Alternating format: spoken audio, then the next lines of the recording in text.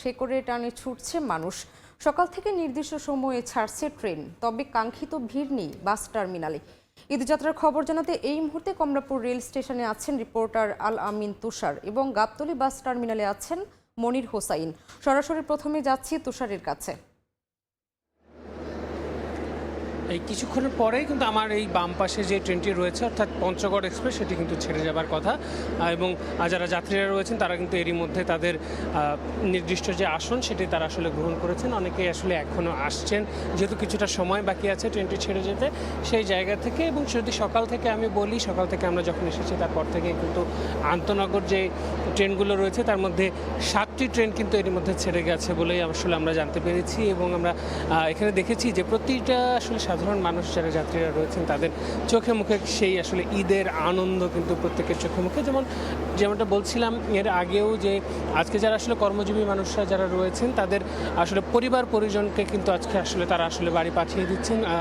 তারপরে আসলে ঈদের ছুটি যেহেতু আসলে এবার অনেকটা বড় লম্বা ছুটি পাচ্ছেন, সেই জায়গা থেকে অনেকে কিন্তু বাড়তি ছুটি নিয়ে অনেক কর্মজীবীরা আজকেও কিন্তু যাচ্ছেন। তো বেশিরভাগ ক্ষেত্রে আসলে অনেকে এসেছেন, তাদের পরিবার পরিজনদেরকে আসলে এই ট্রেনে উঠিয়ে দিচ্ছেন এবং তারপরেই কিন্তু আসলে তারা যাচ্ছেন। এবং যেমনটা বলছিলাম প্রত্যেকের চোখে মুখে হাসি। আমরা শিশুদের দেখেছি, আমরা বেশ কিছু আমরা মহিলাদেরকে দেখেছি তারা আসলে এসেছেন এবং শিশুরা যেমনটা আসলে পুরো স্টেশন জুড়েও আসলে বিভিন্ন সময় খেলাধুলা করছিলেন। এই সব কিছু কিন্তু আসলে তারা করছিলেন। এর বাইরেও আমরা যেমনটা দেখেছি যে 7টি ট্রেনের মধ্যে যে 7টি ট্রেনের কথা বললাম এর মধ্যে 2টি ট্রেন কিন্তু কিছুটা 1 ঘন্টার মতো আসলে দেরি করে ছেড়েছে, বাকি ট্রেনগুলো স্বাভাবিক সময়ে কিন্তু ছেড়ে গেছে, এমনটাই আমরা এখনো পর্যন্ত জানতে পেরেছি। তো এই ছিল কমলাপুর রেল স্টেশন থেকে আমার কাছে সবশেষ তথ্য। আমরা সড়কের ঈদযাত্রার খবর জানতে চলে যাব গাবতলীতে, সেখানে আছেন সহকর্মী মনির হোসাইন।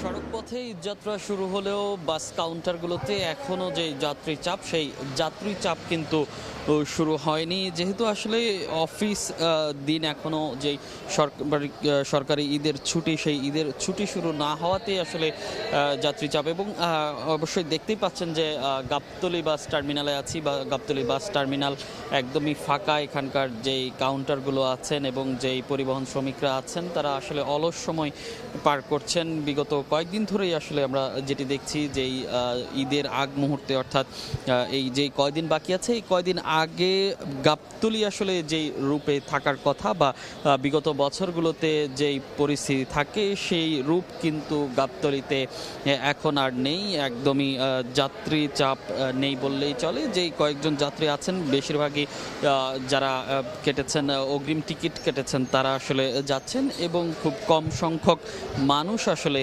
আসছেন, খুব কম সংখ্যক যাত্রী আসছেন। এবং এখানে পরিবহন শ্রমিক এবং সংশ্লিষ্ট যারা আছে তারা বলছে যে হয়তো বা আজকে বিকেল নাগাদ কিছু যাত্রী বাড়তে পারে, যেহেতু অফিস আছেন, অফিস শেষ করে যারা আসলে বাড়ির পানে ছুটবেন তারা আসলে বিকেল দিকে আসতে পারে। এবং যেহেতু 26 মার্চ আছে, সেক্ষেত্রে 26 মার্চের আগে আগামীকাল 25 মার্চ, সেই 25 মার্চেই আসলে যাত্রী বাড়ার আশা তারা করছেন। এবং তারা যেটি বলছেন যে তারা শঙ্কা করছেন তাদের যেই আয়, তাদের যেই ব্যয় হচ্ছে সেই আকারে আসলে তাদের এই আয় নিয়ে তারা শঙ্কিত। কারণ তারা এখনও যেই বাসগুলো ছাড়ছে অধিকাংশ সিট আসলে ফাঁকা রেখে তাদের বাস ছাড়তে হচ্ছে। এবং যেটি তারা বলছে এবং এখানকার যে সংশ্লিষ্টরা বলছেন অনেকে তারা তাদের যে পেশা সেটিও আসলে চেঞ্জ করেছেন এই যাত্রী সেবা। এবং বলছে যে পদ্মা সেতু হওয়ার পর তাদের যেমন যাত্রী খরা